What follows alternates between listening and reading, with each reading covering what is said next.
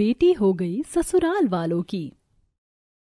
और कैसी है सुमित्रा? बेटी के जाने के बाद घर में अकेले तो मन ही नहीं लग रहा होगा ना। अब क्या बताऊं, बेटी के आंगन से जाने के बाद आंगन सूना हो जाता है। मेरा क्या, किसी भी माँ बाप का नहीं लगता।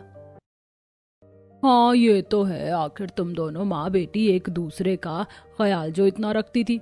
वैसे तेरी बेटी का ससुराल जाने के बाद कितनी बार फोन आ गया तेरे पास? क्या हुआ, ऐसे चुप क्यों है? तेरी बेटी ने 2 महीने से तुझे फोन नहीं किया? 2 महीने हो गए इसकी शादी को। दोनों पड़ोसन के जवाब पूछने पर सुमित्रा की जुबान पर चुप्पी सध गई थी। कहती भी कैसे, सच में ही उसकी बेटी ने 2 महीने से उसे फोन जो नहीं किया था। तब पड़ोसन, तेरी चुप्पी से पता चल गया कि तेरी बेटी ने शादी के बाद तुझे एक बार भी याद नहीं किया, ना मिलने आई ना फोन किया। सही है, तेरी बेटी अब ससुराल वालों की जो हो गई है, अपनी बूढ़ी माँ को क्यों याद करेगी? अरे तू ये भी तो सोच, वो अमीर ससुराल चली गई है तो गरीब मायके में क्यों आएगी? अब तो ससुराल वालों की हो गई है। पड़ोसन की बातों से सुमित्रा की आंखें भर आती हैं और वह अपने कमरे में आकर बहुत रोती है। एक दिन ऐसा नहीं क्या जब मैंने अपनी बेटी की शादी के बाद उसे याद न किया हो? वो भी तो मुझे बहुत प्यार करती थी, तो उसने मुझे फोन क्यों नहीं किया? बोली थी मैं शादी के बाद आपसे बात करूंगी, लेकिन मिलने तक नहीं आई, पग फेरे के लिए भी नहीं। मुझे अपनी बेटी के लिए ऐसा नहीं सोचना चाहिए। हो सकता है अपने नए जीवन में वो व्यस्त हो गई हो। ससुराल है ना, कोई बात नहीं, हो सकता है कुछ दिनों में फोन कर ले। ओहो, मैंने झाड़ू तो लगाई नहीं। ऐसा कहकर सुमित्रा अपने कमरे में झाड़ू लगाने लगती है तो पलंग के नीचे से एक कंगन घूमता हुआ उसके पास आता है, जिसे देख उसकी फिर आंखें भर जाती हैं। यह तो मेरी बच्ची का कंगन है जो मैंने उसे बाजार से दिलाया था। अरे बेटा, और कितनी सब्जी लेगी हम 2 जनों के लिए? ये 2 सब्जी बहुत है। अरे माँ, माना कि हम दोनों का 2 सब्जी में 4 दिन तक काम चल जाएगा, लेकिन 1-2 सब्जी और ले लेते हैं। इस बार मैंने ज्यादा पैसे कमाए हैं, रुको आपको कुछ दिलाती हूँ। अरे कंगन, ये तो बहुत सुंदर कंगन है। माँ मुझे ये लाल कलर का कंगन दिला दो ना, बहुत सुंदर लग रहा है। सारे पैसे तो तेरे ही हैं, तू मुझसे क्यों पूछ रही है? खुद ही खरीद ले। नहीं माँ, भले ही पैसे मेरे हों, लेकिन जैसे बचपन में मैं बाजार जाकर आपके साथ जिद करती थी कि माँ मुझे ये दिला दो वो दिला दो, उस एहसास को मैं अभी तक बरकरार रखना चाहती हूँ। इसीलिए आप ही मुझे ये कंगन दिला दीजिए। ठीक है मेरी गुड़िया, भाई साहब लाल कंगन दे दीजिए मेरी श्रुति के लिए। तब दुकानदार वो कंगन निकाल कर श्रुति को दे देता है, जिसे खुशी से श्रुति पहन लेती है। उस दिन मेरी बच्ची कितना खुश हुई थी। वो तो चली गई, लेकिन उसकी सारी यादें इस घर में हैं, मेरे दिल में हैं। पता नहीं कब अपनी बच्ची को शादी के कपड़ों में देख पाऊंगी, उसे गले लगा पाऊंगी। ये कहकर वह कंगन संभाल कर रख देती है। ऐसे ही दिन गुजरते हैं। एक दिन लाइट चली जाने पर सुमित्रा को फिर अपनी बेटी की याद आ जाती है। कितनी गर्मी हो रही है, श्रुति जरा पंखा। अरे वो तो है ही नहीं, पहले कैसे मेरे आगे पीछे डोलती थी, हवा करती रहती थी। अरे इस कमबख्त लाइट को भी अभी जाना था। इतनी गर्मी में ये बिजली विभाग वाले लाइट क्यों काट लेते हैं? ना घर के अंदर रह सकते हैं, ना घर के बाहर धूप में मर सकते हैं। माँ आपको गर्मी लग रही होगी ना, रुको मैं सत्तू का शरबत बनाकर लाती हूँ। श्रुति सत्तू का शरबत बनाकर अपनी माँ को देती है और हाथ पंखे से हवा करने लगती है।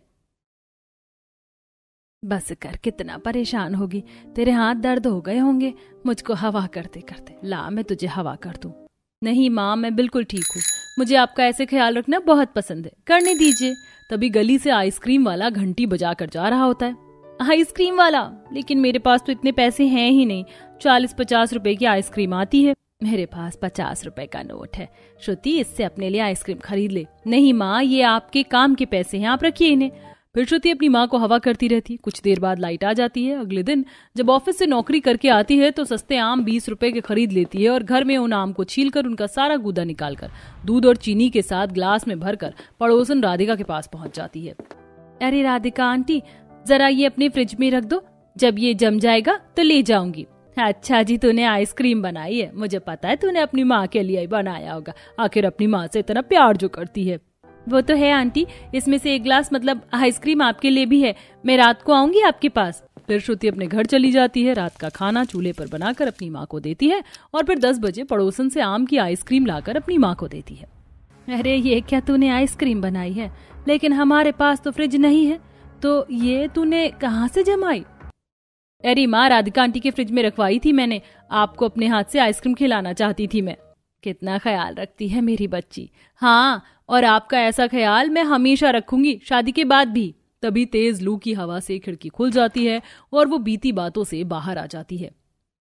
पहले कहती थी कि माँ शादी के बाद आपको कभी नहीं भूलूंगी, आपका ख्याल रखूंगी, लेकिन देखो अभी भी कोई फोन नहीं आया। आते जाते पड़ोसी लोग सुमित्रा से बार बार यही कहते थे कि उसकी बेटी अब ससुराल वालों की ही हो गई है, जिससे सुमित्रा के मन में ये बात बैठ जाती है, कहीं सच में मेरी बेटी ससुराल वालों की तो नहीं हो गई।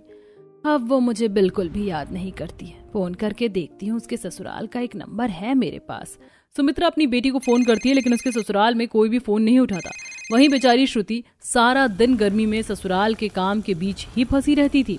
बहू, खाना तूने कैसा बनाया है? इसमें नमक कम है, तड़का तो अच्छे से मारती, जा दोबारा से ये दाल छौंक, और हाँ, आम पन्ना भी बना कर ला। और भाभी यार शाम को मेरे लिए व्हाइट सॉस पास्ता बना देना, मैं आलू पूरी की सब्जी नहीं खाऊंगी। ठीक है दीदी। श्रुति दोबारा से गर्मी वाली रसोई में टमाटर प्याज काट कर दाल फ्राई करती है और आम पन्ना बनाकर सास को देती है। शाम को नंद के लिए पास्ता बनाती है। वह काम करके कुछ देर के लिए बैठती है कि सास उसे घर के बाकी के काम दे देती है। अगले दिन गर्मी में कपड़े धोते हुए, कितने दिनों मैंने माँ से बात नहीं करी है, मुझे माँ की बहुत याद आ रही है। यहाँ तो ससुराल वाले ससुराल के काम में इतना बिजी रखते कि माँ से बात भी नहीं करवाते, ना मेरे पास फोन है। आज मैं अभिमन्यु जी से ये कह दूंगी। श्रुति रात को अपने पति से कहती है, जी ना तो मैं माँ के पास गई और ना ही मैंने माँ से बात की है। आप मुझे फोन दिला देते ताकि मैं माँ का हाल चाल ले पाती, वो अकेली है वहाँ। नहीं, फोन की कोई जरूरत नहीं है, तुम्हारा नया जीवन शुरू हो गया है, यहाँ ध्यान लगाओ ना। ससुराल में इतना काम है, फोन दिला दिया तो सबसे बातें करती रहोगी, फिर यहाँ कौन देखेगा? अभिमन्यु की बात सुन श्रुति की आंखें भर आती हैं। वो सोते वक्त भी अपनी माँ की तस्वीर को सीने से लगा कर रोती है। अगले दिन सास से फोन मांगकर अपनी माँ से बात करने को कहती है तो वो भी मना कर देती, लेकिन तब ससुर अभिमन्यु को श्रुति को फोन देने की कहता है। तब जाकर श्रुति के पास फोन आता है, लेकिन सास इतनी चालाक होती है कि घर के काम इतने देती है कि बहू को बात करने भी नहीं देती। फिर जैसे तैसे छुपकर श्रुति अपनी माँ को फोन लगाती है, पर उस वक्त सुमित्रा सोने की वजह से फोन नहीं उठा पाती। लगता है शादी के बाद माँ मुझे भूल चुकी है। उनके पास तो ससुराल का नंबर था ना, न वो मिलने आई न बात की। क्यों माँ, क्या मैं आपके लिए बराई हो गई? भाभी, माँ को कॉफी बनाकर दे दीजिए, वो बोल रही हैं। आई। श्रुति अपनी आंखों के आंसू को छुपाकर सास को कॉफी बनाकर दे देती है। तब सास, बहू तुम दोनों की शादी के बाद मैंने घर में सत्यनारायण की कथा नहीं रखी थी, तो आज से 2 दिन बाद घर में कथा है, तो अपनी मम्मी को इन्विटेशन दे देना फोन पर। रहने दो, मैं ही फोन कर दूंगी। ये सुनकर श्रुति थोड़ा खुश हुई थी कि सास वो खुशी भी छीन लेती है और सुमित्रा को खुद घर पर आने का न्योता फोन पर दे देती है। कथा की तैयारी के लिए श्रुति अपने पति के साथ बाजार जाती है, जहां सुमित्रा बाजार में उसे दूर खड़ी देख आवाज लगाने की कोशिश करती है, लेकिन बेटी पति के साथ चली जाती है। लगता है सच में मेरी बेटी ससुराल वालों की हो गई, उसने देखा तो था मुझे। फिर 2 दिन बाद सुमित्रा अपनी बेटी के ससुराल पहुंची जाती है, जहां उसे सजा धजा देख खुश हो जाती है, लेकिन सास और नंद हैं कि घर के गेस्ट को देखने के लिए श्रुति को काम में व्यस्त रखती हैं। दोनों माँ बेटी एक दूसरे को देखने के बाद भी एक दूसरे के पास नहीं आ पा रही थी। माँ अपने आंसुओं को छुपा कर रो रही थी, तब उसके आंसू को गिरने से पहले ही श्रुति अपनी हथेली सामने कर देती है। माँ, आप मुझे याद कर रही हैं तो आपने मुझे नजरअंदाज क्यों किया? इतनी जल्दी आपने मुझे पराया कर दिया। पराई मैंने नहीं, तूने मुझे कर दिया है। शादी के बाद तो तू अपने ससुराल वालों की ही हो गई है। लोग भी सच कहते हैं। मैंने तो तुझे फोन किया, लेकिन न तेरे ससुराल वालों ने उठाया न तूने। कल बाजार में भी तुझे आवाज लगाई, तूने नजरअंदाज कर दिया। क्या? नहीं माँ, कल मैंने आपकी कोई आवाज नहीं सुनी। मैं तो 2-3 महीने से आपसे मिलने के लिए तड़प रही हूँ। ऐसी एक रात नहीं है जब आपको याद करके मैं रोई नहीं। ये ससुराल वाले मुझे आपसे बात ही नहीं करने देते, हमेशा काम में व्यस्त रखते हैं और बोलते हैं नई जिंदगी में ध्यान दे। हम दोनों के बीच में गलतफहमी हो गई है। ना आप गलत हो ना मैं। आई लव यू माँ। पता नहीं मेरे बिना आप कैसे रही होंगी। मत पूछ, कैसे रो रो कर रह रही हूँ। समदन जी, कुछ समय के लिए मेरी बेटी को मेरे पास भेज दीजिए, उसका पग फेरा भी रहता है। इसके लिए समधन हाँ कर देती है और शाम की पूजा के बाद सुमित्रा अपनी बेटी को मायके ले जाती है, जहाँ माँ बेटी एक दूसरे के साथ खुशियों के पल बिताते हैं। तुम दोनों का दिमाग तो नहीं खराब हो गया है? कितनी बार एक ही बात कहूँ तुमसे, दूर रहने के लिए कहती हूँ, लेकिन मक्खियों की तरह भिन भिना कर वापस आ जाती हो, कभी दहेज को लेकर, कभी खाने को लेकर। अब मैं नहीं चाहती कि तुम दोनों से कोई भी सेवा पानी कराना। लेकिन मम्मी जी, अच्छे से जानती हूँ मैं तुम जैसी लड़कियों को। तुम्हें क्या लगा तुम्हारे दुबई और लंदन से होने की वजह से मैं तुम्हें अपना लूंगी? जो शांति बहन के साथ जो हुआ है ना कल को, वही तुम मेरे साथ भी करोगी। उस बेचारी की हालत मुझसे देखी नहीं गई। ये जो तुम दिखावा करती हो ना, ये प्यार का, किसी और के सामने करना, मेरे सामने नहीं। जहां हमारे घर में अगर विदेशी बहू आ जाए तो हम उन्हें इतना लाड़ प्यार सम्मान देते हैं, तो वहीं आखिरकार क्यों अपने गरीब घर में भी दुबई और लंदन वाली बहू के आने के बावजूद भी माधवी इस तरह उन पर भड़क रही थी? माँ, आपने सुना शांति काकी के घर में क्या हुआ? मुझे तो उनके लिए काफी बुरा लग रहा है। बेचारी शांति बहन, जब उनके घर में बहू आई थी तो कितना ज्यादा खुश थी। कोई सोच भी नहीं सकता था कि मासूम सी दिखने वाली उनकी बहू ऐसा कुछ कर जाएगी। दोनों माँ बेटी कपड़े धोते हुए बातें कर रही होती हैं। कपड़े धोकर उन्हें सूखने के लिए डाल पूनम माधवी जैसे ही घर के अंदर जाने लगती हैं कि तभी उनके घर के बाहर एक बड़ी सी गाड़ी आकर रुकती है। ये इतनी बड़ी गाड़ी किसकी है और हम गरीब लोगों के घर के बाहर क्यों खड़ी हो गई? कौन है इसके अंदर? माधवी पूनम उस गाड़ी को देखकर बात कर ही रही होती हैं कि तभी उस गाड़ी के अंदर से माधवी के दोनों बेटे अनुज और शेखर निकलते हैं। अपने बेटे और भाई को देख दोनों काफी खुश होती हैं। इससे पहले माधवी और पूनम उन दोनों के पास जाती हैं कि तभी गाड़ी के अंदर से दो मॉडर्न लड़कियां बाहर निकलती हैं। दोनों अनुज और शेखर का हाथ पकड़कर माधवी पूनम के पास आती हैं। शेखर, ये दोनों लड़कियां कौन है और इन्होंने तुम्हारा इस तरह हाथ क्यों पकड़ा है? माँ, इनका नाम तारा है। लंदन में काम करते हुए मेरी मुलाकात तारा से हुई। तारा और मैं एक दूसरे से प्यार करने लगे और हमने शादी कर ली। मेरा भी कुछ ऐसा ही है माँ। मेरी लक्षिता से मुलाकात दुबई में हुई और हमने शादी कर ली। क्या कहा तुम दोनों ने? तुम दोनों तो लंदन दुबई जाकर पैसा कमा कर लाने वाले थे ना, और क्या लेकर आए हो अपनी विदेशी पत्नियां? मुझे ये शादी मंजूर नहीं है। मैं कभी भी दुबई और लंदन की लड़कियों को अपनी बहू के रूप में नहीं स्वीकार करूंगी। आप तो ऐसी नहीं थी ना, तो अब क्या हुआ? लक्षिता तारा दोनों ही काफी अच्छी हैं। क्या हुआ अगर एक दुबई और एक लंदन से है? पूनम, अब तुम ही माँ को समझाओ ना। माँ, अब जो हो गया सो हो गया, उसे बदला थोड़ी ना जा सकता है। देखिए कैसे आस पड़ोस के लोग देख रहे हैं, बात बढ़ेगी, अच्छा थोड़ी ना लगता है। माधवी गुस्से में घर के अंदर चली जाती है। वहीं पूनम अब अपनी दुबई और लंदन वाली भाभी का स्वागत करती है। दोनों बहुएं अंदर जाती ही हैं कि तभी उनके घर के बाहर दो बड़े पॉटर ट्रक आकर रुकते हैं, जिसमें से एक ट्रक के अंदर दुबई वाली बहू का दहेज का सामान निकलता है, तो एक ट्रक के अंदर लंदन वाली बहू का सामान। पोर्टर वाले सारा सामान घर में आकर रख देते हैं। This house is so small. इसके अंदर से 2 कमरे हैं, लेकिन कोई बात नहीं, मैं इस छोटे कमरे में भी एडजस्ट कर लूंगी। लेकिन इस दुबई वाली मैडम का क्या होगा? What do you mean? इससे बड़ा तो मेरे दुबई का बाथरूम था। और बाय द वे, मैं रिश्ते में तुमसे बड़ी हूँ, तो इस कमरे में भी मैं ही रहूंगी। मेरे दहेज का सामान तो देखो, कितना ज्यादा दहेज का सामान लाई हूँ मैं भी कोई खाली हाथ नहीं आई हूँ। आंखें खोलकर देखो, तुमसे ज्यादा ही सामान है मेरे पास। अगर तुम दोनों को इस घर में रहना है तो इस कमरे में ही रहना होगा, वरना एयरपोर्ट पर दुबई और लंदन का प्लेन खड़ा होगा, पकड़ कर वापस जा सकती हो। अपनी भारतीय सास का गुस्सा देख दोनों विदेशी बहुएं अपने कमरे में चली जाती हैं। अगले दिन दोनों लंदन और दुबई वाली बहू अपने मॉडर्न कपड़े पहनकर शीशे के सामने खड़े होकर तैयार होने लगती हैं। Are you blind? मैं यहाँ तैयार हो रही हूँ, तुम बाद में तैयार होना। और वैसे भी तैयार होकर मुझे मम्मी जी को अपना दुबई से लाया हुआ दहेज भी तो दिखाना है। मैं कितना सारा फर्नीचर का सामान, गोल्ड ज्वेलरी, एक्सेसरीज लेकर आई हूँ। तुम तो बस थोड़ा बहुत फर्नीचर का सामान और गोल्ड ज्वेलरी लाई हो। मुझे देखो, मैं तो कितने सारे इलेक्ट्रॉनिक प्रोडक्ट्स लेकर आई हूँ, ओवन, मिक्सर, LED और भी बहुत कुछ। मम्मी जी तो मेरे ही दहेज से इम्प्रेस होंगी, स्पेशली तब जब मैं उन्हें एक डायमंड ब्रेसलेट दूंगी जो मैं स्पेशली उनके लिए लेकर आई हूँ। तारा और लक्षिता दोनों अपना दहेज का थोड़ा बहुत सामान और अपने साथ लाई गोल्ड डायमंड की ज्वेलरी लेकर अपने सास के कमरे में जाती हैं, जहां माधवी गीता पढ़ रही थी।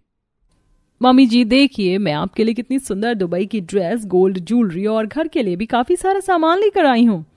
ये छोड़िए और आप मेरा दहेज का सामान देखिए ना। मैं तो आपके लिए डायमंड का ब्रेसलेट भी लेकर आई हूँ। मैंने सुना है कि इंडिया में आप लोग मसाला पीसने के लिए किसी पत्थर का इस्तेमाल करते हैं, लेकिन मैं तो मिक्सर लेकर आई हूँ। मम्मी जी को तो मेरा दहेज का सामान पसंद आएगा, क्योंकि लंदन वाली बहू ही मम्मी जी की फेवरेट बहू है। हो गया तुम दोनों का? या और कुछ बाकी रह गया? मैं यहाँ गीता पढ़ रही हूँ और तुम दोनों हो कि अपने दहेज के गुणगान गाए जा रही हो। ना मुझे इस दुबई वाली बहू में दिलचस्पी है, ना तुझ में, और तुम दोनों के दहेज में तो बिल्कुल भी नहीं है। जाओ यहाँ से। अपनी सास की बात को सुनकर लंदन और दुबई वाली बहुएं अपने कमरे में आ जाती हैं। लगता है मम्मी जी को दहेज ज्यादा पसंद नहीं आया। कोई बात नहीं, मैं उनके लिए लंदन से कुछ अच्छा मंगवा लूंगी। तब तक के लिए मैं मम्मी जी के लिए कुछ स्पेशल डिश बनाती हूँ जिससे वो इम्प्रेस हो जाए। तारा रसोई में जाकर अपने लंदन की फेमस डिश बनाने लगती है, जिसे देख अब लक्षिता भी दुबई का फेमस खाना बनाती है। कॉपी कैट कहीं की, मम्मी जी को तो मेरा ही खाना पसंद आएगा। तारा, तुमने अपना कभी डॉक्टर से चेकअप नहीं करवाया क्या? लगता है तुम्हारे लंदन में हॉस्पिटल नहीं है। वो क्या है ना, तुम्हें गलतफहमी की बहुत बड़ी बीमारी है। जल्दी से बीमारी को ठीक करवा लो। लंदन दुबई वाली बहुएं एक दूसरे को नीचे दिखाने के लिए खाना बनाती हैं और अपना अपना खाना लेकर अब अपनी सास के पास आती हैं। मम्मी जी देखिए, मैंने आपके लिए चबूला बनाई है। ये हमारी दुबई की फेमस डिश है, खाकर बताइए कैसी बनी है। जिसका नाम इतना अजीब हो उसे तो मैं खाने के बारे में सोच भी नहीं सकती। मुझे तो पहले से ही पता था कि मम्मी जी को तुम्हारा ये दुबई का बकवास खाना बिल्कुल पसंद नहीं आएगा। उन्हें तो अपनी लंदन वाली बहू के हाथ का ही खाना पसंद आएगा। ये देखिए मम्मी जी, मैं आपके लिए वेगन चीज मशरूम बनाई हूँ। खाकर बताइए कैसा बना है। मैं तो लंदन से इसे बहुत खाती थी। एक बार क्या कहा समझ नहीं आता क्या तुम दोनों को? मुझे तुम दोनों में तुम्हारे बने खाने में या तुम्हारे दहेज में कोई भी दिलचस्पी नहीं है। जाओ यहाँ से। लक्षिता तारा भले ही आपस में एक दूसरे को नीचा दिखाती, लड़ाई करती, लेकिन दोनों ही अपने सास को खुश करने की काफी कोशिश करती हैं। माधवी के सिर में काफी दर्द हो रहा था। दोनों ही बहुएं चाय बनाकर लाती हैं और जबरदस्ती अपनी सास को चाय पिलाने लगती हैं, जिससे तंग आकर अब माधवी उन दोनों पर काफी चिल्लाती हैं। दोनों उदास होकर आंगन में बैठ जाती हैं। तभी वहां पूनम आती है और उनसे उदासी का कारण पूछती है, जिसे सुन।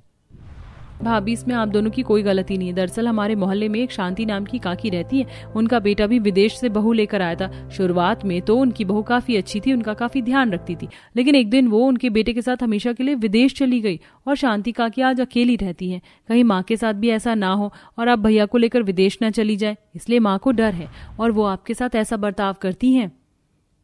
हम विदेश में रह रहे हैं, लेकिन हमारे माँ बाप ने हमें ऐसे संस्कार नहीं दिए। भला हम ऐसा क्यों करेंगे? अब हम कैसे यकीन दिलाएं मम्मी जी को? आप दोनों को माँ को यकीन दिलाने के लिए सच में एक होना पड़ेगा और प्यार मोहब्बत से रहना होगा, तभी कुछ हो सकता है। लक्षिता और तारा को अपनी गलती का एहसास होता है और वो दोनों एक दूसरे से माफी मांग अब भारतीय संस्कारी बहू का रूप लेती हैं। अपने मॉडर्न कपड़े छोड़ दोनों ही साड़ी पहनती हैं, सारे कामकाज करती हैं। माधवी अपने कमरे में आराम कर रही होती है। दोनों जाकर अपनी सास के पैर दबाने लगती हैं, जिससे माधवी उन दोनों पर चिल्लाती है। चिल्लाने की आवाज सुनकर पूनम भी वहां आ जाती है। लगता है तुम दोनों ऐसे नहीं मानोगी। तुम दोनों ये सब करके मेरे बेटे को मुझसे दूर ले जाना चाहती हो ना, लेकिन ऐसा मैं नहीं होने दूंगी। मम्मी जी, आप गलत समझ रही हैं, ऐसा नहीं है।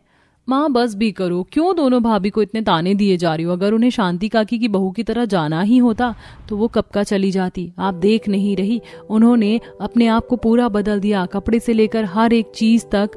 दोनों अब सच में एक दूसरे के साथ प्यार मोहब्बत से रहती हैं, घर की सारी जिम्मेदारी संभालती हैं।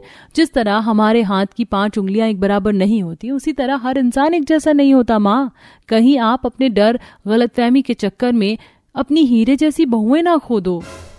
अपनी बेटी पूनम की बात सुन माधवी को वो सारी चीजें याद आने लगती हैं जो उसकी बहुओं ने उसके लिए की थी, और अब माधवी को भी अपनी गलती का एहसास होता है।